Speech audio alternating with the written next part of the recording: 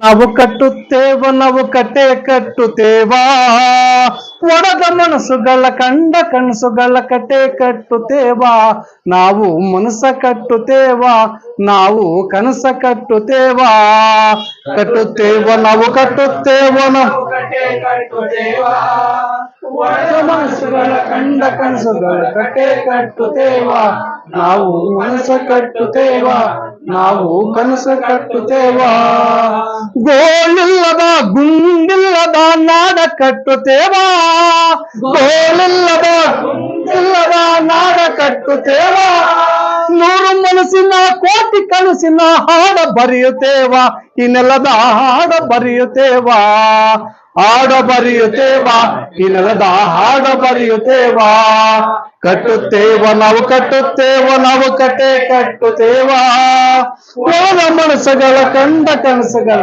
ಕಟ್ಟೆ ಕಟ್ಟುತ್ತೇವ ನಾವು ಮುಂದೆ ಕಟ್ಟುತ್ತೇವ ನಾವು ಕನಸ ಕಟ್ಟುತ್ತೇವ ಜಾತಿ ಇಲ್ಲದ ಭೀತಿ ಇಲ್ಲದ ನಾಡ ಕಟ್ಟುತ್ತೇವ ಜಾತಿ ಇಲ್ಲದ ಭೀತಿ ಇಲ್ಲದ ನಾಡ ಕಟ್ಟುತ್ತೇವ ಕುಲವೆಲ್ಲದ ಮನದ ಕುಲದ ಹೊಸ ಹಾಡ ಬರೆಯುತ್ತೇವ ಈ ನೆಲದ ಹಾಡ ಬರೆಯುತ್ತೇವ ಹಾಡ ಬರೆಯುತ್ತೇವ ಈ ನೆಲದ ಹಾಡ ಬರೆಯುತ್ತೇವ ಕಟ್ಟುತ್ತೇವ ನಾವು ಕಟ್ಟುತ್ತೇವ ನಾವು ಕಟ್ಟೆ ಕಟ್ಟುತ್ತೇವ ಒಡದ ಮನಸ್ಸುಗಳ ಕಂಡ ಕನಸುಗಳ ಕತೆ ಕಟ್ಟುತ್ತೇವ ನಾವು ಕನಸ ಕಟ್ಟುತ್ತೇವ ನಾವು ಕನಸ ಕಟ್ಟುತ್ತೇವ ಕ್ರಾಂತಿ ಕೆಂಡದ ಕುಂಡವತ್ತು ನಾವು ಮುಳ್ಳ ತುಳಿಯುತ್ತೇವ ಕ್ರಾಂತಿ ಕೆಂಡದ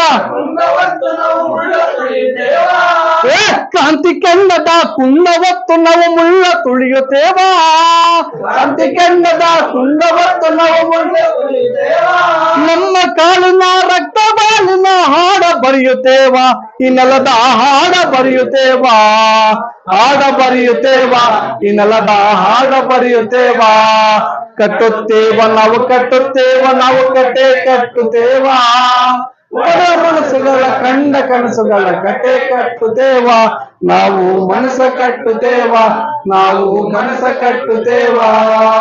ಲಾಲ್ ಸಲಾಂ.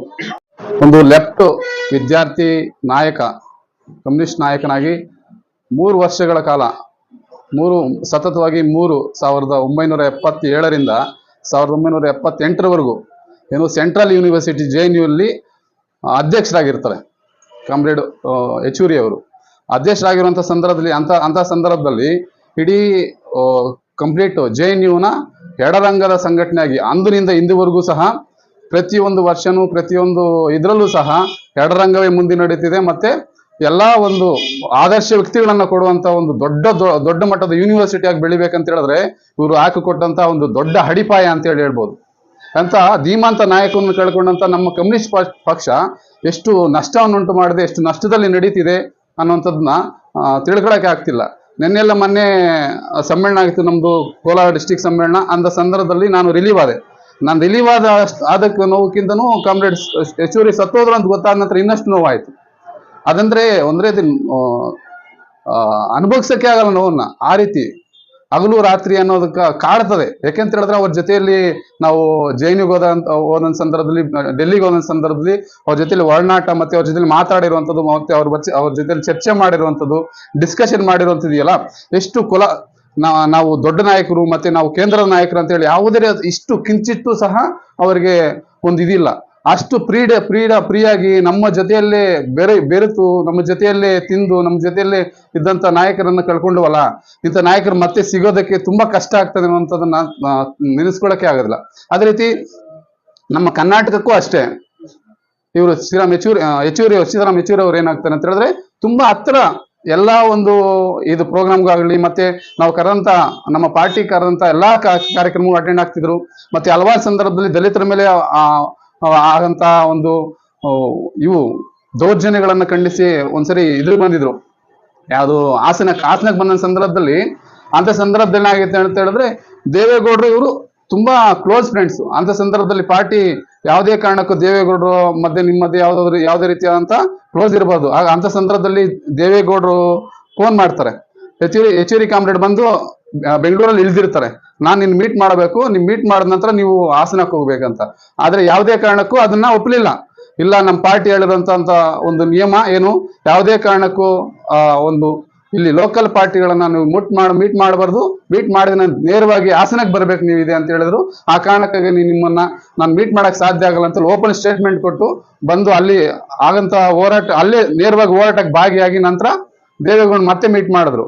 ಆ ರೀತಿಯಾದಂಥ ಒಂದು ಕಮಿಟ್ಮೆಂಟ್, ಬದ್ಧತೆ ಮತ್ತು ಒಂದು ಸೈದ್ಧಾಂತಿಕ ಬದ್ಧತೆ ಇದೆಯಲ್ಲ, ಒಂದು ವಿಚಾರವಂತಿಕೆ ಇದೆಯಲ್ಲ, ಆ ಒಂದು ಜೀವಂತ ವಿಚಾರವಂತಿಕೆಯನ್ನು ಕಳ್ಕೊಂಡಿದ್ವಿ, ಒಂದು ಅತ್ಯಂತ ಅಮೂಲ್ಯವಾದ ವ್ಯಕ್ತಿಯನ್ನು ಕಳ್ಕೊಂಡಿದೀವಿ ಅಂತ ಹೇಳೋದಕ್ಕೆ ತುಂಬಾ ನೋವು ಪಡಬೇಕಾಗ್ತದೆ. ಅದೇ ರೀತಿ ಇಡೀ ದೇಶಾದ್ಯಂತ ಈ ಒಂದು ಕಮ್ಯುನಿಸ್ಟ್ ಪಕ್ಷ ಮತ್ತೆ ಕಮ್ಯುನಿಸ್ಟ್ ಕಾರ್ಯಕ್ರಮಗಳನ್ನು ನಡೀತಿದ್ದಾವೆ. ಅದೇ ರೀತಿ ಇನ್ನೊಂದು ಉತ್ತಮವಾದ ಸಂದೇಶ ಕೊಟ್ಟಿದ್ದಾರೆ ಅಂತ ಹೇಳಿದ್ರೆ, ಸಾವನ್ನಲ್ಲೂ ಒಂದು ಉತ್ತಮವಾದ ಸಂದೇಶ ಅಂತ ಹೇಳಿದ್ರೆ, ತನ್ನ ಬಾಡಿಯನ್ನ ಆ ಒಂದು ಪಕ್ಷದನ್ನ ಬಿಟ್ಟು ಅವರ ಸ್ವಂತ ಜನನೇ ಏನ್ ಮಾಡಿದಾರೆ ಅಂತ ಹೇಳಿದ್ರೆ ಏಮ್ಸ್ ಹಾಸ್ಪಿಟಲ್ ಕೊಟ್ಟಿದ್ದಾರೆ, ಏನೇ ಸಂಶೋಧನೆ ಮಾಡಕ್ಕೆ ಅಂತ. ಅಲ್ಲಿ ಬದುಕಿದಾರಂತೆ ಅರ್ಥ. ಯಾಕೆಂತ ಹೇಳಿದ್ರೆ ಇನ್ನೊಬ್ಬರಿಗೆ ನಮ್ಮ ಬಾಡಿ ಯೂಸ್ ಆಗ್ತಿದೆ ಅಂತ ಹೇಳಿದ್ರೆ ಅವ್ರು ಇನ್ನೊಂದು ರೀತಿಯಲ್ಲಿ ಬದುಕಿದ್ದಾರೆ ಅನ್ನುವಂಥದ್ದೇ ಅರ್ಥ ಆಗ್ತದೆ. ಅದನ್ನ ನಾವು ಸಹ ಮನಗೊಳ್ಬೇಕಾಗ್ತದೆ. ಆಕ್ಚುಲಿ ನಾನು ಮತ್ತೆ ನಮ್ಮ ವೈಫ್ ಸಹ ನಮ್ಮ ಬಾಡಿನ ಕೊಟ್ಟಿದೀವಿ, ಆಲ್ರೆಡಿ ನಿಮಾನ್ಸ್ಗೆ ಬರೆದು ಕೊಟ್ಟಾಕಿದೀವಿ. ಅದೇ ರೀತಿ ನಾವು ಇವ್ರ ನೋಡೇ ಬರೆದು ಕೊಟ್ಟಿದ್ದು ಅಂತ, ಇವ್ರ ಹತ್ರ ಡಿಸ್ಕಷನ್ ಮಾಡಿದ ನಂತರ ನಾನು ಬರೆದು ಕೊಟ್ಟಿರುವಂಥದ್ದು. ಅದು ಸಹ ಒಂದು ವಿಶೇಷ ಅಂತ ಹೇಳಕ್ಕೆ. ಇಷ್ಟನ್ನು ಮಾತಾಡೋಕ್ಕೋಸ್ಕರ ತಮಗೆ ಧನ್ಯವಾದಗಳು.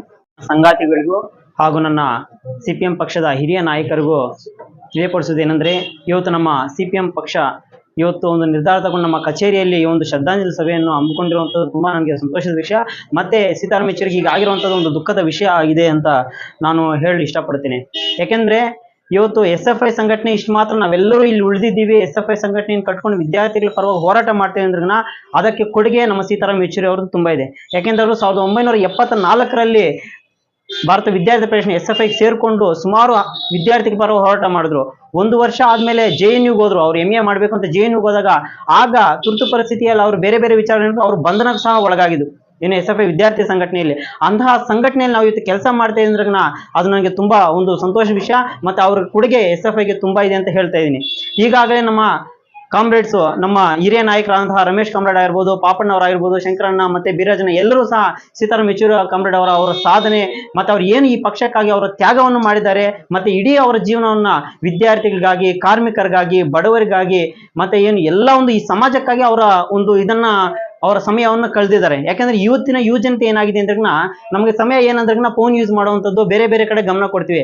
ಆದ್ರೆ ಅವ್ರ ಆ ವಯಸ್ಸಿನಿಂದ ಈ ವಯಸ್ಸು ತನಕ 75 ವರ್ಷಗಳು ಆಗುವ ತನಕ ಕೂಡ ಜನದ ಮಧ್ಯೆನೇ ಬೆರೆದಿದ್ದಾರೆ. ವಿದ್ಯಾರ್ಥಿಗಳ ಪರವಾಗಿ, ರೈತರ ಪರವಾಗಿ, ಕಾರ್ಮಿಕರ ಪರವಾಗಿ ಹೋರಾಟದ ಹಾದಿಯಲ್ಲಿ ಅವರ ಜೀವನವನ್ನು ಕಳೆದಿದ್ದಾರೆ ಅಂತೇಳಿ ನಾವು ಹೇಳ್ಬೋದಾಗಿದೆ. ಈ ರೀತಿಯ ಅಂತ ಒಬ್ಬ ಧೀಮಂತ ನಾಯಕರನ್ನು ಇವತ್ತು ನಾವು ಕಳೆದುಕೊಂಡಿರುವಂಥದ್ದು ತುಂಬಾ ದುಃಖದ ವಿಷಯ ಅಂತೇಳಿ ನಿಮ್ಮಲ್ಲಿ ಹೇಳ್ತಾ ಇದ್ದೀನಿ. ಮತ್ತೆ ನಾವು ಹೇಳ್ತಾ ಇದೀವಿ, ಇವತ್ತು ನಾನೊಂದು ನಿರ್ಧಾರ ಮಾಡ್ಕೊಂಡಿದ್ದೀನಿ. ಯಾಕಂದ್ರೆ ನಮ್ಮ ಸ್ಟೂಡೆಂಟ್ಸ್ ಎಲ್ಲ ಮಾತಾಡಿದ್ರು, ನಾವು ಹಾಸ್ಟೆಲ್ ವಿದ್ಯಾಭ್ಯಾಸ ಮಾಡಿದಾಗ ಹೇಳ್ತಾ ಇದ್ರು, ಸೀತಾರಾಮ್ ಯೆಚೂರಿ ಅವ್ರು ಇನ್ನಿಲ್ಲ, ಇವರ ಆದರ್ಶನ ತಗೊಂಡು ನೀವು ಇನ್ನು ಹೋರಾಟಗಳು ಶುರು ಮಾಡ್ತೀರಿ, ಇವ್ರು ಅವ್ರಿಗೆ ಇನ್ಸ್ಪಿರೇಷನ್ ಆಗಿ ಹೋಗ್ತೀರಿ, ನೀವು ಇನ್ನು ಅವ್ರ ಬಗ್ಗೆ ಇನ್ನೂ ಹೆಚ್ಚು ವಿಚಾರಗಳನ್ನ ತಿಳ್ಕೊಂತೀರಿ. ಯಾಕಂದ್ರೆ ಸೀತಾರಾಮ್ ಯೆಚೂರಿ ಬಗ್ಗೆ ನಾವು ಗೊತ್ತಿತ್ತು ಇಷ್ಟು ಮಾತ್ರ ಅಂತ, ಅವ್ರು ಏನೇನ್ ಮಾಡಿದಂತ ನೀವು ಇನ್ನು ಅಧ್ಯಯನ ಮಾಡಿ ಇನ್ನೂ ಹೋರಾಟಗಳನ್ನ ರೂಪಿಸ್ತೀರಿ ಅಂತ ಹೇಳ್ತಾ ಇದ್ರು. ಹೌದು, ಅದನ್ನು ಮುಂದೆ ಹೋಗ್ತೀವಿ. ಮತ್ತೆ ನಾನು ಯಾವತ್ತು ಹೇಳ್ತಾ ಇದ್ದೀನಿ, ಒಬ್ಬ ಕಲಾವಿದ ಸತ್ರೆ ಅವನ ಕಲೆ ಯಾವತ್ತೂ ಸಾಯಲ್ಲ. ಒಬ್ಬ ಶಿಲ್ಪಿ ಸತ್ರೆ ಅವನ ಶಿಲ್ಪಿ ಕೆತ್ತನೆ ಮಾಡ್ತಾನಲ್ಲ, ಅವ್ರ ಒಂದು ಕಲ್ಲಿರುತ್ತಲ್ಲ, ಆ ಕೆತ್ತನೆ ಮಾಡಿದಂತ ಕಲ್ಲು ಯಾವತ್ತೂ ಕೂಡ ಸಾಯಲ್ಲ. ಹಂಗೆ ಕಲಾವಿದ ಸತ್ರು ಕಲೆ ಸಾಯಲ್ಲ, ಶಿಲ್ಪಿ ಸತ್ರು ಶಿಲೆ ಸಾಯಲ್ಲ, ಕವಿ ಸತ್ರು ಕೂಡ ಕವನಗಳು ಸಾಯಲ್ಲ. ಯಾವತ್ತೂ ಕೂಡ ಅವ್ರ ಕವನಗಳು ಬರ್ದಿರ್ತಾರಲ್ಲ ಲೇಖನ, ಅದನ್ನ ಸಾಯಲ್ಲ. ಆ ರೀತಿ ನಮ್ಮ ಯೆಚೂರಿ ಅವರು ಇವತ್ತು ನಿಧನ ಆಗಿರ್ಬೋದು, ಆದ್ರೆ ಅವ್ರು ನಡೆದು ಬಂದಂತ ದಾರಿ ಇದೆಯಲ್ಲ, ಅವ್ರು ನಮ್ಗೆ ಕೊಟ್ಟಂತ ಮಾರ್ಗದರ್ಶನ ಇದೆಯಲ್ಲ, ಅವತ್ತನ್ನು ಯಾವತ್ತು ರೀತಿಯಲ್ಲಿ ಅದನ್ನ ನಾವು ಹಿಂದಕ್ಕೆ ಬಿಡೋದಿಲ್ಲ, ಅದನ್ನು ಮುನ್ನಡೆಸ್ಕೊಂಡು ಹೋಗಿದೆ ಅಂತ ಹೇಳಿಟ್ಟು ಇವತ್ತು SFI ಸಂಘಟನೆಯಿಂದ ನಾವು ಹೇಳಲು ಇಷ್ಟಪಡ್ತೇನೆ. ಈ ಒಂದು ಶ್ರದ್ಧಾಂಜಲಿ ಸಭೆಗೆ ನಾವು ಅವರಿಗೆ ಅಂತಿಮ ನಮನ ಸಲ್ಲಿಸಿ ನಾನು ಇವತ್ತು 2 ಮಾತನ್ನು ಆಡಲು ಅವಕಾಶ ಕೊಟ್ಟು ತಮ್ಮೆಲ್ಲರಿಗೂ ಅನಿಸ್ತಾ ಇದ್ದೀನಿ. ಮೊದಲನೇ ಬಾರಿಗೆ ಸ್ವಾಗತವನ್ನು ಬಯಸ್ತಾ ಇದ್ದೀನಿ. ಅದೇ ರೀತಿ CPM ಪಕ್ಷದ ರಾಷ್ಟ್ರೀಯ ಪ್ರಧಾನ ಕಾರ್ಯದರ್ಶಿಯಾದಂಥ ಸೀತಾರಾಮ್ ಯೆಚೂರಿ ಅವರಿಗೆ ಭಾವಪೂರ್ಣ ಶ್ರದ್ಧಾಂಜಲಿಯನ್ನು ಅರ್ಪಿಸ್ತಾ ಇದ್ದೀನಿ. ನನಗೆ ಮಾತಾಡಲಿಕ್ಕೆ 2 ನಿಮಿಷಗಳ ಕಾಲ ಅವಕಾಶ ಕೊಟ್ಟಿದ್ದಾರೆ. ಒಬ್ಬ ವ್ಯಕ್ತಿ ಸೀತಾರಾಮ್ ಯೆಚೂರಿ ಅವರು ಕಾಮ್ರೇಡ್ ಸೀತಾರಾಮ್ ಯೆಚೂರಿ ಅವರು ಕಾಕಿನಾಡದ, ಆಂಧ್ರ ಪ್ರದೇಶದ ಕಾಕಿನಾಡದ ಮೂಲದವರು. ಅವ್ರ ತಂದೆ ಬಂದ್ಬಿಟ್ಟು ಸರ್ವೇಶ್ ಅಂತ, ಅವರು ಇಂಜಿನಿಯರಿಂಗ್ ಕೆಲಸ ಮಾಡಿರ್ತಾರೆ. 1952ರಲ್ಲಿ ಅವರು ಸರ್ಕಾರಿ ಉದ್ಯೋಗವನ್ನು ಪಡೆದಿರ್ತಾರೆ. ಅವರ ತಾಯಿ ಬಂದ್ಬಿಟ್ಟು ಕಲ್ಪಕಮ್ಮ ಅಂತ, ಅವರು ಸರ್ಕಾರಿ ಅಧಿಕಾರಿ ಆಗಿರ್ತಾರೆ. ಆ ವಯಸ್ಸಿನಿಂದನೂ ಈ ವಯಸ್ಸುವರೆಗೂ ಅವರು ಅತ್ಯಂತ ಶ್ರೀಮಂತ ಕುಟುಂಬದಲ್ಲಿ ಹುಟ್ಟಿದ್ರೂ ಸಹ ಅವರು ಹೋರಾಟ ಮಾಡಿದ್ದು ದೀನ ದಲಿತರಿಗೆ, ರೈತರ ಪರವಾಗಿ, ಕಾರ್ಮಿಕರ ಪರವಾಗಿ, ಆಯ್ತಾ, ಯಾರು ಅನ್ಯಾಯಕ್ಕೆ ಒಳಗಾಗಿದ್ದಾರೆ ಅವ್ರ ಪರವಾಗಿ ಧ್ವನಿ ಎತ್ತಿದಂಥ ವ್ಯಕ್ತಿ ಸೀತಾರಾಮ್ ಯೆಚೂರಿ ಅವರು ಅಂತ ಹೇಳಕ್ ಇಷ್ಟಪಡ್ತಿದ್ದೀನಿ. ಕಾಮ್ರೇಡ್ ಹೇಳ್ತಾ ಇದ್ರು, ಪಾಪಣ್ಣ ಕಾಮ್ರೇಡ್ ಹೇಳ್ತಾ ಇದ್ರು, ಜ್ಯೋತಿ ಬಸ್ಸು ಅವರು 30 ವರ್ಷಗಳ ಅಧಿಕಾರ ನಡೆಸಿದ್ರು. ಅದಕ್ಕೆ ಒತ್ತು ಕೊಟ್ಟದಂತವ್ರು ಯಾರು ಅಂದ್ರೆ ನಮ್ಮ CPM ಪಕ್ಷದವರು. ಯಾಕೆ ಹೇಳ್ತಾ ಇದ್ದೀನಿ ಅಂದ್ರೆ, CPM ಪಕ್ಷದಲ್ಲಿ ಅವ್ರಿಗೆ ಅಧಿಕಾರ ಏನಾದ್ರು ಸ್ವೀಕರಿಸಬೇಕು ಅಂತ ಏನಾದ್ರು ಅವ್ರ ಮನಸ್ಸಲ್ಲಿ ಇದ್ದಿದ್ರೆ ಇಡೀ ದೇಶದಲ್ಲಿ ಯಾರಿಗೂ ಪ್ರಧಾನಮಂತ್ರಿ ಕೊಡ್ತಾ ಇಲ್ಲ. ಅವರೇ ಒಂದ್ 70-80 ವರ್ಷಗಳ ಕಾಲ CPM ಪಕ್ಷದವರೇ ಆಡಳಿತ ನಡೆಸ್ತಾ ಇದ್ರು. ಆದರೆ CPM ಪಕ್ಷದವರು ಯಾವತ್ತೇ ಆಗ್ಲಿ ಅಧಿಕಾರಕ್ಕಾಗಿ ಆಸೆ ಪಟ್ಟವರಲ್ಲ. ಏನು ಯಾರನ್ನ ಆಗ್ಲಿ ಸಮಾಜಕ್ಕೂ ಒಳ್ಳೆದನ್ನು ಮಾಡೋ ವ್ಯಕ್ತಿಗಳನ್ನ ಅಳವಡಿಸ್ಕೋಬೇಕು, ಅವರನ್ನು ನಾವು ಆಯ್ಕೆ ಮಾಡಬೇಕು ಅಂತ ಮನಸ್ಸು ಹೊಂದಿದವರು ಸೀತಾರಾಮ್ ಯೆಚೂರಿ ಅವರು. CPM ಪಕ್ಷದ ಸಿದ್ಧಾಂತ ಅಂತದ್ದು, ನೀತಿ ನಿಯಮಗಳು ನನಗೆ ಹೇಳ್ತಾ ಇದ್ರು. ಸುರೇಶ್ ಅವಾಗ ಹೇಳ್ತಾ ಇದ್ದ, ಒಂದು ಕವನದ ಮೂಲಕ ಹೇಳ್ತಾ ಇದ್ದ, ಆ ರೀತಿ ಮನುಷ್ಯನ ದೇಹ ನಾಳೆ ಮಣ್ಣು, ಮನುಷ್ಯನ ಮನಸ್ಸು ನಾಳೆ ಮಾಯ, ಮನುಷ್ಯನ ಸಾಧನೆ ನಾಳೆ ಶಾಶ್ವತ ಅನ್ನೋದಕ್ಕೆ ಸೀತಾರಾಮ್ ಯೆಚೂರಿ ಅವರು ಕಾರಣ ಅಂತ ಹೇಳ್ತೀನಿ. ಅವ್ರ ಸಿದ್ಧಾಂತಗಳನ್ನು ಪ್ರತಿಯೊಬ್ಬ ವಿದ್ಯಾರ್ಥಿ ಪ್ರತಿಯೊಂದು ಕಾಲೇಜು ಶಾಲಾ ಕಾಲೇಜುಗಳಲ್ಲಿ ತಿಳಿಸ್ಬೇಕು. ರೈತರ ಪರವಾಗಿ ಹೋಗ್ಬೇಕು, ಕಾರ್ಮಿಕರ ಪರವಾಗಿ ಅವರು ಯಾವ್ಯಾವ ಸಭೆಗಳಲ್ಲಿ ಹೋಗ್ತಾರೆ ಆ ಸಭೆಗಳಲ್ಲಿ ಹೋಗ್ಬಿಟ್ಟು ಸೀತಾರಾಮ್ ಯೆಚೂರಿ ಅವರ ಸಾಧನೆ ಏನು, ಅವ್ರ ತತ್ವ ಏನು, ಅವ್ರ ಸಿದ್ಧಾಂತ ಏನು ಅಂತ ಪ್ರತಿಯೊಬ್ಬರಿಗೂ ಮನದಟ್ಟು ಮಾಡಬೇಕು. ಯಾರು ಗೊತ್ತಿಲ್ವೋ ಅವರನ್ನು ಸಂಘಟಿತರಾಗ್ಬಿಟ್ಟು ಅವರನ್ನು ನಮ್ಮ ಜೀವನದಲ್ಲಿ ಮುಂದೆ ತರೋ ಅಂತ ಮನೋಭಾವನೆ.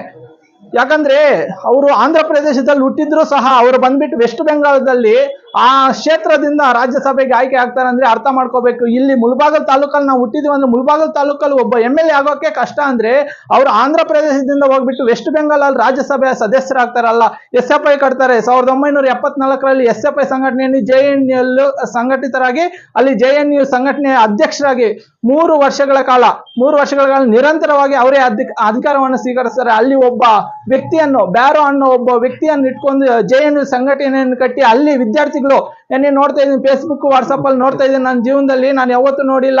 ವಿದ್ಯಾರ್ಥಿಗಳೇ ಏನು ಎಡಪಂಥಿ ವಿದ್ಯಾರ್ಥಿಗಳು ಅಲ್ಲಿರುವ ಹಳೆ ವಿದ್ಯಾರ್ಥಿಗಳಿಂದ ಹಳೆ ಏನು ಕಾಮ್ರೇಡ್ಗೆ ಅವರನ್ನು ಆಹ್ವಾನ ಮಾಡಿ ಅವರಿಗೆ ಶ್ರದ್ಧಾಂಜಲಿ ಸಲ್ಲಿಸಿರೋದು ನೋಡ್ತಾ ಇದ್ದೆ. ತುಂಬಾ ಸಂತೋಷ ಆಯ್ತು, ಒಂದ್ ಕಡೆ ದುಃಖ ಆಯ್ತು. ಅಲ್ಲಿರೋ ಮಕ್ಕಳು ಆಗಿರ್ಬೋದು, ಆ ಮಕ್ಕಳನ್ನು ಸಂಶೋಧನೆ ಮಾಡೋದಕ್ಕೆ ಅಂತ ಹೇಳ್ಬಿಟ್ಟು ಏನ್ ಆಸ್ಪತ್ರೆ ಕೊಟ್ಟಿದೆ ಅಂದ್ರೆ ಅರ್ಥ ಮಾಡ್ಕೋಬೇಕು. ಯಾಕಂದ್ರೆ ಅವರು ಬದುಕಿದ್ದು ಸತ್ತ ಹಾಗೆ ಅಂತ ಹೇಳ್ತಾರೆ ಸ್ವಲ್ಪ ಜನ, ಆದ್ರೆ ಇವರು ಸತ್ತಿದ್ರು ಬದುಕಿದ್ದ ಹಾಗೆ ನಮ್ಗೆ ಮಾದರಿ ಆಗಿದ್ದಾರೆ. ಇವನ್ನ ಹೇಳಿ ನನ್ಗೆ ಅವಕಾಶ ಕೊಡ ತಮ್ಮೆಲ್ಲರಿಗೂ ಅನಿಸ್ತಾ ಇದೆ. SFI ತಾಲೂಕು ಕಾರ್ಯದರ್ಶಿ ಮುಳಬಾಗಿಲು. ಏನು ನಾವು SFIಗೆ ಹೆಂಗ್ ಬಂದ್ವಿ ಅಂದರೆ ಬೇರೆಯವರು ಸದಸ್ಯತ್ವ ಮಾಡಿಸಿ ನಾವು ಇಲ್ಲಿವರೆಗೂ ಬಂದ್ವಿ. ಅದೇ ರೀತಿ SFI ಬಗ್ಗೆ ನಾವು ತಿಳ್ಕೊಬೇಕಾದ್ರೆ ಆಗ ನಮ್ಗೆ ಇಷ್ಟೊಂದು ಗೊತ್ತಿರಲಿಲ್ಲ. ಸೊ ಆಗ ನಾವು ಫಸ್ಟ್ ಟೈಮ್ ನಾವು ತಿಳ್ಕೊಂಡಿದ್ದಂದರೆ ಐಷಾ ಘೋಷ್ ಅಂತ ಒಬ್ಬ ಲೀಡರ್ ಇದ್ದಾರೆ JNUದಲ್ಲಿ. ಸೊ ಅವ್ರ ಬಗ್ಗೆ ತಿಳ್ಕೊಂತಾನೆ ನಾವು ಸೀತಾರಾಮ್ ಯೆಚೂರಿ ಅವರು ರಾಷ್ಟ್ರೀಯ ಪ್ರಧಾನ ಕಾರ್ಯದರ್ಶಿ ಕಮ್ಯುನಿಸ್ಟ್ ಪಾರ್ಟಿ ಆಫ್ ಇಂಡಿಯಾ ಮಾರ್ಕ್ಸಿಸ್ಟ್ಗೆ ಅಂತ ಗೊತ್ತಾಗಿದ್ದು. ಸೊ ಅವ್ರ ಬಗ್ಗೆ ಈಗ ನಾವು ಸ್ವಲ್ಪ ಸಂಶೋಧನೆ ಮಾಡಿದಾಗ ನನಗೆ ಗೊತ್ತಾಗಿದ್ದೇನು ಅಂದರೆ 1936 ಆಗಸ್ಟ್ 13ರಲ್ಲಿ AISF ಅನ್ನೋ ಒಂದು ಸಂಘಟನೆ ಉಳಿರ್ತಕ್ಕಂಥ. ಆ ಸಂಘಟನೆ 1970ರಲ್ಲಿ ಡಿಸೆಂಬರ್ 29, 30, 31 ಡಿಸೆಂಬರ್ 29, 30, 31 1970ಯಲ್ಲಿ ಕೇರಳದ ತಿರುವನಂತಪುರಮಲ್ಲಿ ಸಂಘಟನೆ 2 ಭಾಗ ಆಗುತ್ತೆ. ಏನು CPI CPM ಆಗುತ್ತೋ ಹಂಗೆ AISF SFI 2 ಡಿವೈಡ್ ಆಗುತ್ತೆ. ಸೊ ಹಾಗಾದಾಗ ಭಾರತದ ಅಖಿಲ ಭಾರತದ ಮೊದಲ ಅಧ್ಯಕ್ಷರಾಗಿದ್ದು ಬಂದು ಸೀತಾರಾಮ್ ಯೆಚೂರಿ ಅವರು. ಅವ್ರೇನು 1952ರಲ್ಲಿ ಹುಡ್ತಾರೋ ಅವ್ರು 1952ರಲ್ಲಿ ಅವ್ರು ಜನಿಸ್ತಾರೆ. 1974ರಲ್ಲಿ ಮೊಟ್ಟ ಮೊದಲ ಬಾರಿಗೆ ಅವರು ಅಖಿಲ ಭಾರತ ಅಧ್ಯಕ್ಷರಾಗ್ತಾರೆ. ಈಗ ತುಂಬಾ ಜನ ಸ್ಟೂಡೆಂಟ್ಸ್ ಪ್ರೊಫೆಸರ್ಸ್ ಹೇಳ್ತಿರ್ತಾರೆ ಸ್ಟೂಡೆಂಟ್ಸ್ಗೆ, ವಿದ್ಯಾರ್ಥಿ ಸಂಘಟನೆಗಳು ಅನ್ನೋದು ಹಿಂಗಿರ್ತದೆ ಹಂಗಿರ್ತದೆ, ಅವ್ರು ರಾಜಕೀಯ ಇರ್ತದೆ ಇದು ಅದು ಅಂತ. ಬಟ್ ಒಂದು ಬಾರಿ ಬಂದು ನೋಡಿದ್ರೆ ಅಲ್ವಾ ಗೊತ್ತಾಗೋದು. ಈಗ ಸೀತಾರಾಮ್ ಯೆಚೂರಿ ಅವರು 10th ಅಲ್ಲಿ ಅವರು ಸ್ಟೇಟ್ ಟಾಪರ್ ಆಗಿರ್ತಾರೆ ಆಂಧ್ರ ಪ್ರದೇಶದಲ್ಲಿ. ನೀವು ನೋಡಿರ್ಬೋದು, ನಿನ್ನೆ ಮೊನ್ನೆ ಎಲ್ಲ ಪೇಪರ್ಸ್ ಅಲ್ಲಿ ಪ್ರತಿಯೊಂದಲ್ಲೂ ನೋಡಿದಾಗ ಅವ್ರು ಬೋರ್ಡ್ ಟಾಪರ್ ಆಗಿರ್ತಾರೆ. ಅದೇ ರೀತಿ ಅವರು ಆವಾಗ ಟಾಪರ್ ಆಗಿರ್ತಾರೆ. ಮತ್ತೆ ಅವರು ಅರ್ಥಶಾಸ್ತ್ರದಲ್ಲಿ MA ಮಾಡ್ತಾರೆ JNU ವಿಶ್ವವಿದ್ಯಾಲಯದಲ್ಲಿ. ಅರ್ಥಶಾಸ್ತ್ರ ಮಾಡ್ತಿದ್ದಾಗೆ ಒಂದು ಘಟನೆ ನಡೆಯುತ್ತೆ. ಈಗ ಯಾವುದೇ ಒಂದು ಯೂನಿವರ್ಸಿಟಿ ಆದಾಗಲೂ ಅಲ್ಲಿ ಆಗುವಂಥ ಸಮಸ್ಯೆಗಳ ವಿರುದ್ಧ ಹೋರಾಟ ಮಾಡ್ತಿರ್ತಾರೆ. ಆಗ ಕುಲಾಧಿಪತಿಗಳಾಗಿರುವಂತಹದ್ದು ಇಂದಿರಾ ಗಾಂಧಿಯವರು ಕುಲಾಧಿಪತಿಗಳಾಗಿದ್ದಾಗ ಅವ್ರ ಮುಂದೆನೆ ಅವ್ರು ಮಾಡಿರುವಂತಹ ಅನ್ಯಾಯ ವಿರುದ್ಧ ಖಂಡಿಸಿ ಹೋರಾಟ ಮಾಡ್ತಾರೆ. ಒಂದ್ ಕಡೆ ಇಂದಿರಾ ಗಾಂಧಿ ಅವರು ನಿಂತ್ಕೊಂಡಿರ್ತಾರೆ, ಇನ್ನೊಂದ್ ಕಡೆ ಸೀತಾರಾಮ್ ಯೆಚೂರಿ ಅವರು ಓದ್ತಿರ್ತಾರೆ. ನಾವು ಅದನ್ನೆಲ್ಲ ನಿನ್ನೆ ಮೊನ್ನೆ ಎಲ್ಲ ಪೇಪರ್ಸ್ ಅಲ್ಲೆಲ್ಲ ಬಂದಿರ್ಬೋದು, ನೋಡ್ಬೋದು ನಾವೆಲ್ಲ. ಸೊ ಅಂತ ಒಂದು ಹೋರಾಟಗಾರರು ಇವಾಗ ತೀರ್ಕೊಂಡಿದ್ದಾರೆ ಅಂದ್ರೆ ಅದು ನಾವು ಊಹಿಸಲು ಸಾಧ್ಯವಿಲ್ಲ. ಆಗ ನಾವು ಯಾವತ್ತು ಅವರು ಹೋರಾಟ ಮಾಡಿದ ಪಕ್ಕದಲ್ಲಿ ನೀವೇ ತಪ್ಪು ಮಾಡಿದ ಅಂತ ನಾವು ಈಗ ನೀವೇ ತಪ್ಪು ಮಾಡಿ ನಾವು ಹೋರಾಟ ಮಾಡಿದ್ವೋ ಅವರೇ ನಮ್ಮನ್ನು ಸಜೆಷನ್ ಕೇಳೋ ಅಷ್ಟು ಮಟ್ಟಿಗೆ ಬೆಳಿಬೇಕಂದ್ರೆ ಅದು ನಿಜವಾಗ್ಲೂ ಅಸಾಧ್ಯ. ಏನು ಇಂದಿರಾ ಗಾಂಧಿ ಅವರು ಪ್ರಧಾನ ಮಂತ್ರಿ ಕೂಡ ಆಗಿರಲ್ಲ, ಅವಾಗಲೇ ನೀವು ತಪ್ಪು ಮಾಡಿದ್ದೀರಾ ಅಂತ ಹೋರಾಟ ಮಾಡಿರ್ತಾರೆ. ಮತ್ತೆ ಇಂದಿರಾ ಗಾಂಧಿ ಅವರು ಪ್ರಧಾನಿ ಆದ್ಮೇಲೆ ಮತ್ತೆ ಸೀತಾರಾಮ್ ಯೆಚೂರಿ ಅವ್ರನ್ನ ಕರ್ಕೊಂಡು ಬರ್ತಾರೆ, ಏನಾದ್ರು ಇದೆ ಹೇಳಿ ಅಂತ. ಅದೇ ರೀತಿ ಅವರು 32ನೇ ವರ್ಷಕ್ಕೆ ಅವರು ಮೊಟ್ಟ ಮೊದಲ ಬಾರಿಗೆ ಏನು CEC ಅಂತೀವೋ ನಾವು, ಸೆಂಟ್ರಲ್ ಕಮಿಟಿಯ ಆಹ್ವಾನಿತ ಸದಸ್ಯರನ್ನಾಗಿ ತಗೊಂತಾರೆ. ಅದಾದ ನಂತರ ಅವರು 2005ರಲ್ಲಿ ಏನು ಆಂಧ್ರ ಪ್ರದೇಶದಲ್ಲಿ ಹುಟ್ಟಿದ್ರು ಕೂಡ ಕೇರಳದ ವೆಸ್ಟ್ ಬೆಂಗಾಲಲ್ಲಿ ಹೋಗಿ ಯಾವುದೇ ರೀತಿಯ ಈಗಿನ ಕಾಲದಲ್ಲಿ ಅದೇ ಕಮ್ಮಿ ಪ್ರತಿಯೊಬ್ಬರಿಗೂ ಅದು ಕಷ್ಟಕರವಾದಂಥದ್ದು. ಏನು ನಮ್ಮ ಮುಳಬಾಗ್ಲಲ್ಲಿ ಹುಟ್ಟಿ ನಮ್ಮ ಮುಳಬಾಗ್ಲಲ್ಲಿ ಬೆಳೆದು ಒಂದು MLA ಆಗ್ಬೇಕಂದ್ರೆ ಒಂದು 15 ವರ್ಷ ಟೈಮ್ ತಗೊಳುತ್ತೆ. ಅಂಥದ್ದು ಎಲ್ಲೋ ಆಂಧ್ರದಲ್ಲಿ ಹುಟ್ಟಿದಂಥವರು ವೆಸ್ಟ್ ಬೆಂಗಾಲ್ನ ಒಂದು ಕ್ಷೇತ್ರದಲ್ಲಿ ಅವರು MP ಆಗ್ಬೇಕಂದ್ರೆ ಅದು ಕೂಡ 1 ಬಾರಿ ಅಲ್ಲ 3 ಬಾರಿ MP ಆಗಿ ಆಯ್ಕೆ ಆಗ್ಬೇಕಂದ್ರೆ ಅದು ಅಸಾಧ್ಯ. ಅದನ್ನು ನಮ್ಮ ಸೀತಾರಾಮ್ ಯೆಚೂರಿ ಅವರು ಮಾಡಿ ತೋರಿಸಿದ್ದಾರೆ. ಅದೇ ರೀತಿ ಅವರು ಅಖಿಲ ಭಾರತ ಪ್ರಧಾನ ಕಾರ್ಯದರ್ಶಿಗೆ 3 ಬಾರಿ ನೇಮಕ ಆಗಿರ್ತಾರೆ. 2015, 2018 ಹಾಗೂ 2022 3 ಬಾರಿ ಅಖಿಲ ಭಾರತ ಪ್ರಧಾನ ಕಾರ್ಯದರ್ಶಿಯಾಗಿ ಆಯ್ಕೆಯಾಗಿರ್ತಾರೆ. ಮತ್ತೆ ಆಗಸ್ಟ್ 13, 2024ರಂದು ನ್ಯೂಮೋನಿಯಾ ಅನ್ನೋ ಕಾಯಿಲೆಗೆ ತುತ್ತಾಗಿ ಅವರು ಹಾಸ್ಪಿಟಲ್ಗೆ ಜಾಯ್ನ್ ಆಗ್ತಾರೆ. ಮತ್ತೆ ಮೊನ್ನೆ ಸೆಪ್ಟೆಂಬರ್ 12ನೇ ತಾರೀಕು ಅವರು ತೀರ್ಕೊಂಡಿರ್ತಾರೆ. ಏನೀಗ ಅವರು ತೀರ್ಕೊಂಡಿದ್ದೀವಿ ಅಂತ ನಾವು ಅಂದ್ಕೊಂತಿದ್ದೀವಿ, ಆದರೆ ಸ್ವಲ್ಪ ಜನ ಹೇಳ್ತಾರಲ್ವ, ಶಶಿಕುಮಾರ್ ಅವ್ರು ಹೇಳ್ದಂಗೆ ಸ್ವಲ್ಪ ಜನ ಬದುಕಿದ್ದು ಸತ್ತಂತೆ, ಸ್ವಲ್ಪ ಜನ ಸತ್ತ ಮೇಲೆ ಕೂಡ ಬದುಕ್ತಾರಂತೆ. ಸೊ ಅದೇ ರೀತಿ ನಮ್ಮ ಕಾಮ್ರೇಡ್ ಸೀತಾರಾಮ್ ಯೆಚೂರಿ ಅವರು ಕೂಡ ಅಷ್ಟೇ. ಅವರು ಏನು ಯಾರಾದ್ರೂ ಆಗಲಿ ಅವ್ರ ದೇಹವನ್ನು ಭೂಮಿಯಲ್ಲಿ ಹಾಕಿದ್ರೆ ಅದಾಗೋದು ಲಾಸ್ಟಿಗೆ ಮಣ್ಣೇ ಆಗುತ್ತೆ. ಆದರೆ ಯಾವುದೇ ಕಾರಣಕ್ಕೂ ನಾನು ಸತ್ತ ಮೇಲೆ ಕೂಡ ನಾನು ಉಪಯೋಗ ಆಗಬೇಕು, ಭಾರತ ದೇಶದ ಜನರಿಗೆ ಉಪಯೋಗ ಆಗಬೇಕು ಅಂತ ಅವ್ರು ಏನು ಮಾಡ್ತಿರೋರೋ ಆ ಕೆಲಸ ತುಂಬ ನಾವು ಆದರ್ಶವಾಗಿ ತಗೋಬೇಕಾಗಿರೋ ವಿಷಯ. ಯಾವಾಗ ಅವ್ರ ಫ್ಯಾಮಿಲಿ ಅವ್ರಿಗೆ ಅವ್ರ ಸಂಬಂಧಿಕರಿಗೆ ಅವ್ರು ಹೇಳಿದಂಥ ವಿಷಯ, ನಾನು ಸತ್ತೋದ್ಮೇಲೆ ನನ್ನ ಬಾಡಿನ ಏಮ್ಸ್ಗೆ ಡೊನೇಟ್ ಮಾಡಿ ಅಂತ. ಅವರು ಹೇಗೆ ಹೇಳಿದ್ರು ಹಾಗೆ ಸೆಪ್ಟೆಂಬರ್ 12ನೇ ತಾರೀಕು 2024 ಸಮಯ 3:05ಗೆ ಅವರು ತೀರ್ಕೊಂಡಿರ್ತಾರೆ.